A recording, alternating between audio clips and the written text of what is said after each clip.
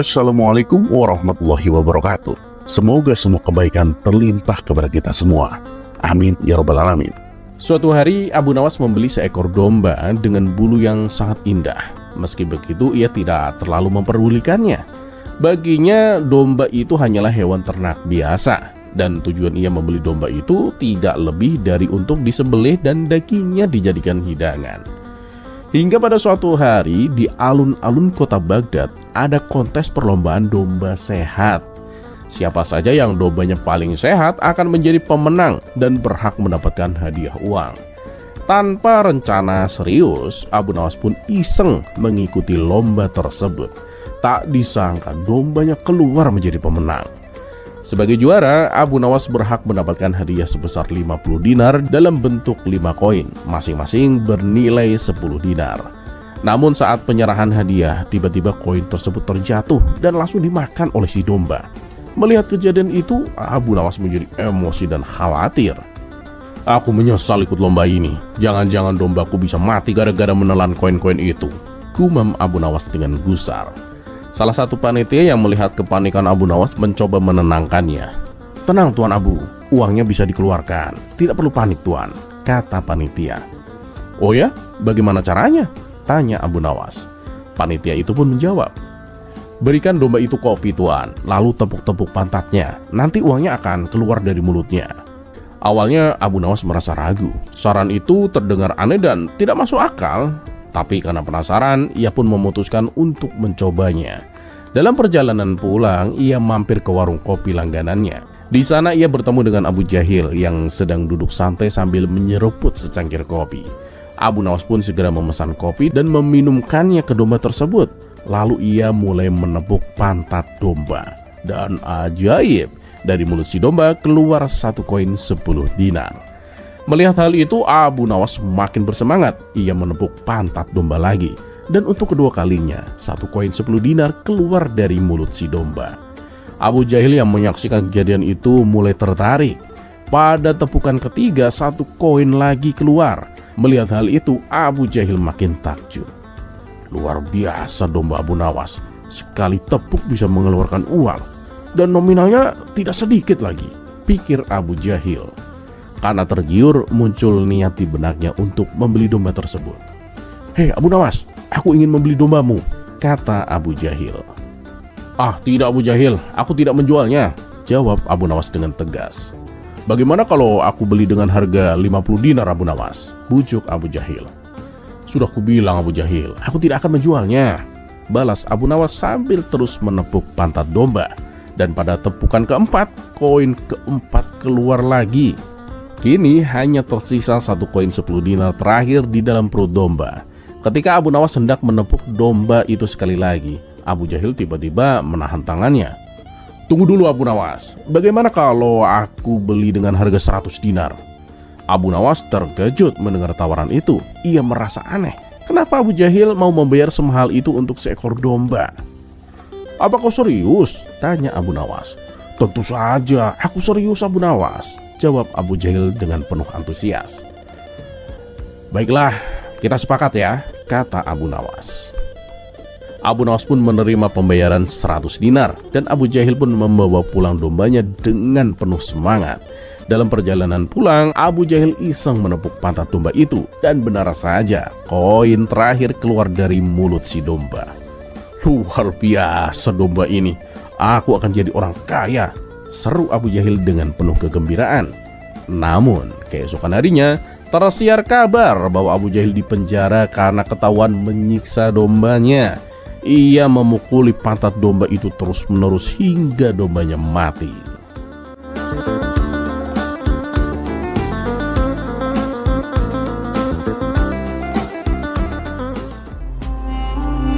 Kisah selanjutnya.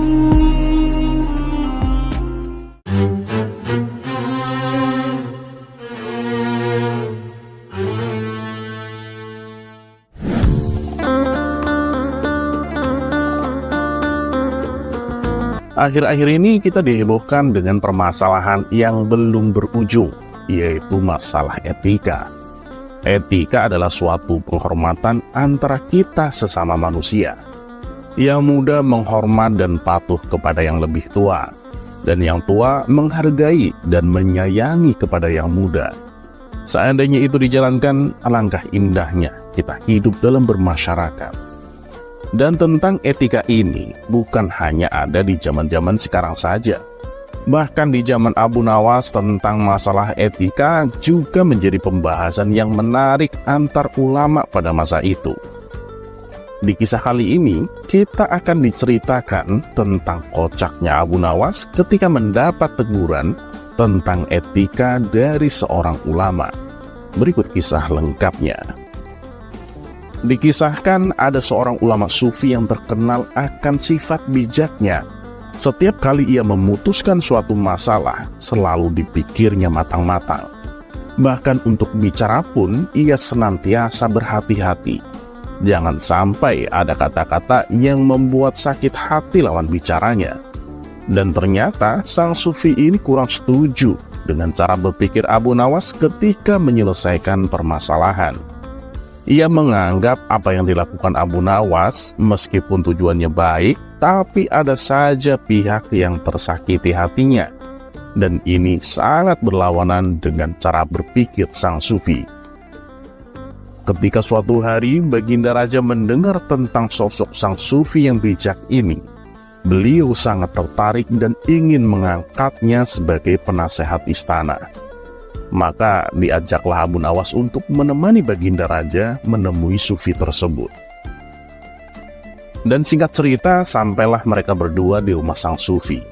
Kebetulan saat itu hujan turun sangat lebat, sehingga suasana terasa dingin. Lalu sang sufi mengajak tamu-tamunya itu duduk di sebelah api unggun di dalam rumahnya untuk menghangatkan badan.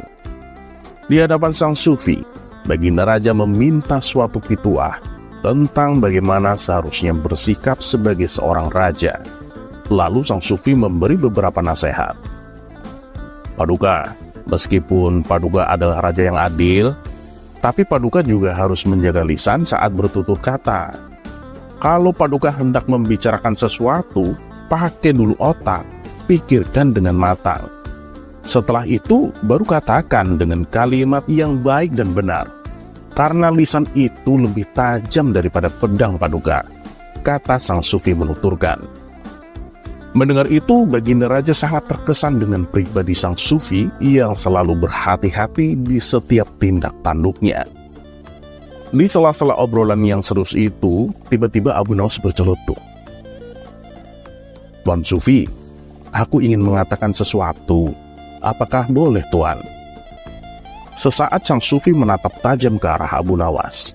Pasti dia akan berkata yang menjebakku. Aku sudah tahu, tutur katanya selalu menipu. Tapi aku sudah siapkan jawaban. Justru ini saat yang tepat untuk menasehatinya, pikir sang sufi. Kalau menyangkut kebenaran, silahkan, katakan saja. Dan ingat, jangan gunakan lisan untuk berkata yang tidak ada gunanya. Juga sebelum kamu berkata, berhati-hatilah. Gunakan kalimat yang benar dan baik, agar lawan bicaramu tidak sampai sakit hati, kata sang sufi menasehati. Oh tentu Tuan, ini menyangkut suatu kebenaran, ujar Abu Nawas. Bagus, silahkan. Apa yang ingin kau katakan? Ucap sang sufi. Tuan Sufi, sebelumnya mohon maaf Tuan. Aku melihat ada benda berwarna merah mendekati baju Tuan, kata Abu Nawas memberitahu. Benda warna merah? Maksudnya? Tanya sang sufi. Maaf Tuan, bukannya saya lancang. Itu benda warna merah yang apabila dipegang rasanya sangat panas, jawab Abu Nawas. Iya, benda apa itu? Tanya sang sufi kembali. Saya mohon maaf sekali lagi Tuan. Sepertinya sepercik api unggun mulai membakar jubah Tuan, jawab Abu Nawas. Seketika itu sang sufi melihat jubah yang sebagian sudah hangus terbakar. Kenapa kamu tidak langsung memberitahuku?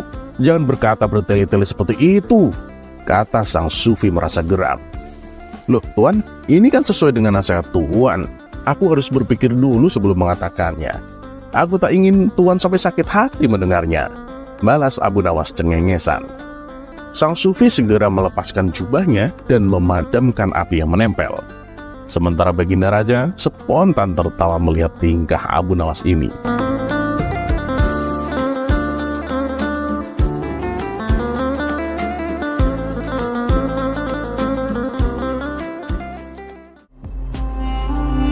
Kisah selanjutnya.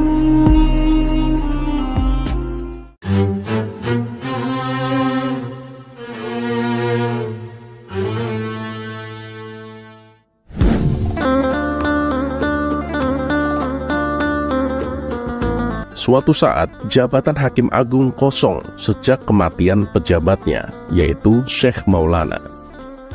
Raja Harun ar-Rasyid sudah meminta nama-nama nominator hakim senior yang layak untuk diangkat menjadi Hakim Agung. Tapi anehnya, keputusan malah jatuh kepada anak Syekh Maulana, yakni Abu Nawas, yang bukan hakim, tapi memang dikenal menguasai segala ilmu kebijakan. Maka jadilah Abu Nawas calon tunggal Hakim Agung. Tentu saja keputusan itu membuat dengki para hakim senior. Abu Nawas cemas mendengar keputusan rajanya itu. Apalagi intrik panas mulai berhembus. Gosip soal kolusi dan nepotisme disorot dalam pengisian jabatan di institusi hukum itu. Harta kekayaannya ada yang mengusut. Maka Abu Nawas mulai tersenyum dan tertawa sendiri setelah mendapat undangan tes kelayakan dari istana. Abu Nawas keluar rumah. Dia mengambil pelepah daun kurma yang jatuh di halaman. Kemudian dia tunggangi pelepah itu selayaknya naik keledai sambil berkeliling kampung. Anak-anak pun bersorak-sorai menyanyikan lagu kuda lumping mengiringi di belakangnya. Dan hari itu juga tersiar kabar.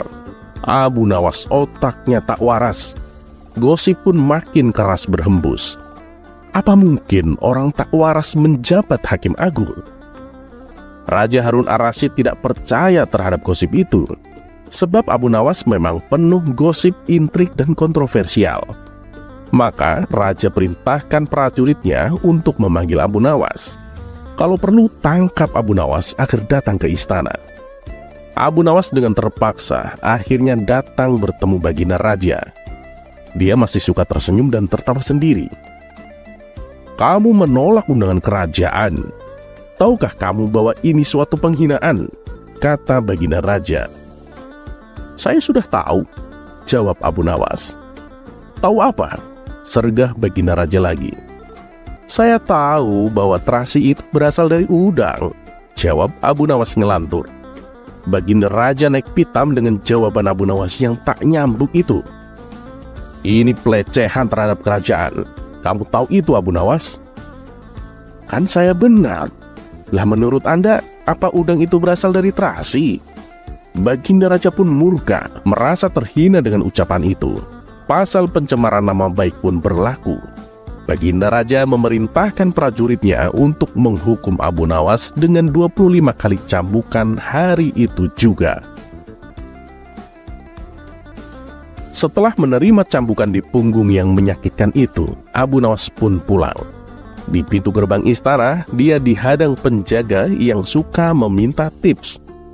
Kali ini Abu Nawas dengan senang hati memberikan semua hadiah dari Baginda Raja yang diterimanya hari ini.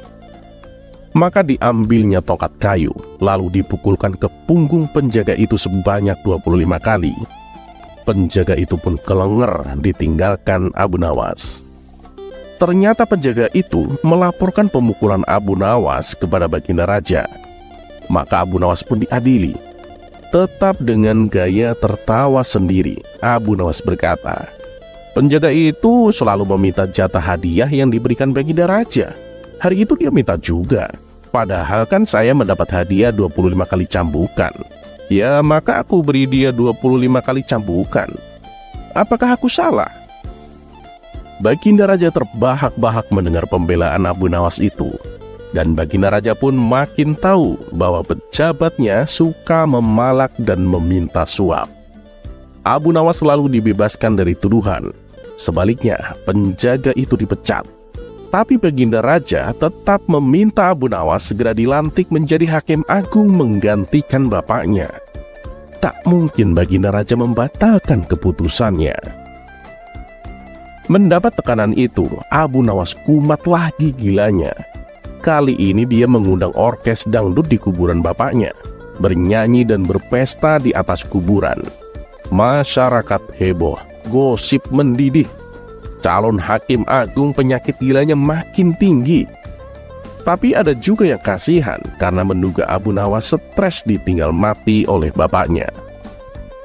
Intrik makin memanas. Pejabat istana berkumpul untuk mendesak Baginda Raja agar membatalkan pengangkatan Abu Nawas menjadi hakim agung. Baginda Raja pun terpaksa menuruti dengan memilih satu di antara hakim senior lalu melantiknya. Mendengar berita ada pengangkatan hakim agung baru, Abu Nawas mendadak sembuh total, otaknya waras lagi. Tetangga dekat Abu Nawas ada yang bertanya, kenapa Abu Nawas membuang kesempatan menjadi hakim agung dengan berpura-pura gila? Abu Nawas lalu bercerita bahwa dia pernah dipanggil bapaknya menjelang kematiannya. Dimintanya Abu Nawas mencium telinga bapaknya. Abu Nawas mendapati telinga kanan berbau harum, sedangkan telinga kiri berbau busuk. Ya, itulah susahnya menjadi penegak hukum. Aku berusaha berlaku adil sehingga telinga kananku berbau harum. Tapi masih ada saja ketidakadilan yang tanpa sengaja aku buat, sehingga membuat telinga kiriku berbau busuk. Ujar Abu Nawas menirukan kata bapaknya. Ya, karena itulah aku tak mau menjadi hakim, karena aku khawatir dua telingaku berbau busuk semua, ujar Abu Nawas. Tetapi hanya berselang 1 tahun, hakim agung yang sebelumnya dilantik meninggal dunia. Dalam mencari pengganti hakim agung, Baginda Raja pun masih sangat percaya dengan kemampuan Abu Nawas untuk dilantik menjadi hakim. Berbagai usaha Baginda Raja lakukan untuk membujuk Abu Nawas agar mau menjadi hakim agung, mulai dengan cara merayunya sampai dengan cara paksaan. Namun Abu Nawas selalu saja menolaknya. Hingga pada suatu hari Baginda Raja mendatangi rumah Abu Nawas. Abu Nawas, aku tidak mau tahu. Pokoknya kamu besok harus ke istana dan bekerja menjadi hakim agung. Kalau sampai nggak datang, kamu dan keluargamu akan aku usir dari Baghdad, ancam Baginda Raja. Setelah berkata demikian, Baginda Raja langsung kembali ke istana tanpa menunggu jawaban dari Abu Nawas. Dan selepas kepergian Baginda Raja, sang istri menjadi khawatir. Suamiku, lebih baik kau turuti saja permintaan Baginda Raja daripada kita harus diusir dari sini, kata sang istri cemas. Abu Nawas hanya bisa terdiam. Sungguh keterlaluan Baginda Raja, ia berlaku sewenang-wenang, kata Abu Nawas dalam hati. Abu Nawas pun merasa bingung. Kalau ia menolak menjadi hakim, ia kasihan melihat istri dan anaknya terusir dari kota Baghdad. Sedangkan kalau ia menerimanya, ini bertentangan dengan hati nurani, dan ia tak ingin kejadian yang menimpa sang ayah juga akan menimpa pada dirinya. Tidak berapa lama kemudian, muncullah ide cemerlang di benak Abu Nawas. Istriku, kamu jangan khawatir. Besok aku akan ke istana untuk menjadi hakim, tutur Abu Nawas. Sang istri yang tadinya gelisah kini tersenyum bahagia. Dan pada esok paginya, pergilah Abu Nawas ke istana untuk menjalankan tugas. Melihat kedatangan Abu Nawas, Baginda Raja merasa senang karena mengira ancamannya telah berhasil. Tetapi dalam hati ia merasa ragu. Jangan-jangan kedatangan Abu Nawas untuk mengajukan keberatannya. Dan untuk meyakinkan, Baginda Raja lalu bertanya, Abu Nawas, kau datang ke sini untuk menolak menjadi hakim atau menerima menjadi hakim? Dengan tersenyum, Abu Nawas menjawab, hamba siap menjadi hakim Paduka Yang Mulia. Mendengar hal itu, Baginda Raja pun merasa lega. Baiklah Abu Nawas, sekarang duduklah di sampingku, perintah Baginda Raja. Ketika keduanya sedang asik berdiskusi, datanglah seseorang mengadukan persoalan menyangkut tetangganya. Setelah mendengar dengan seksama keluhan orang tersebut, Abu Nawas memberi keputusan. Sepertinya pendapatmu tentang tetanggamu itu benar adanya. Selepas kepergian orang itu, tidak berselang lama, gantian tetangganya datang untuk melapor. Ia juga mengadukan persoalan menyangkut pelapor sebelumnya. Abu Nawas pun mendengarkan dengan seksama keluhan dan laporan tetangganya itu. Setelah selesai ia mendengarkan, Abu Nawas kemudian berkata, "Apa yang kau laporkan dan yang kau ceritakan itu, sepertinya pendapatmu tentang orang itu benar adanya." Sementara Baginda Raja yang sedari tadi mendampingi merasa heran dengan keputusan Abu Nawas. "Kamu ini gimana sih Abu Nawas? Kenapa kau benarkan pendapat kedua orang tersebut? Harusnya kan kamu luruskan persoalan ini agar keduanya bisa akur kembali," tutur Baginda Raja. "Oh begitu ya caranya Paduka," ujar Abu Nawas. "Ah payah kamu. Kalau caramu memutuskan masalah seperti ini, percuma saja kau menjadi hakim. Lebih baik aku cari orang lain saja," sesal Baginda Raja. Abu Nawas pun kemudian disuruh pulang dan batal dijadikan sebagai hakim agung. Dalam hati Abu Nawas merasa bersyukur keluarganya tidak jadi diusir dan dirinya juga tidak diangkat menjadi hakim.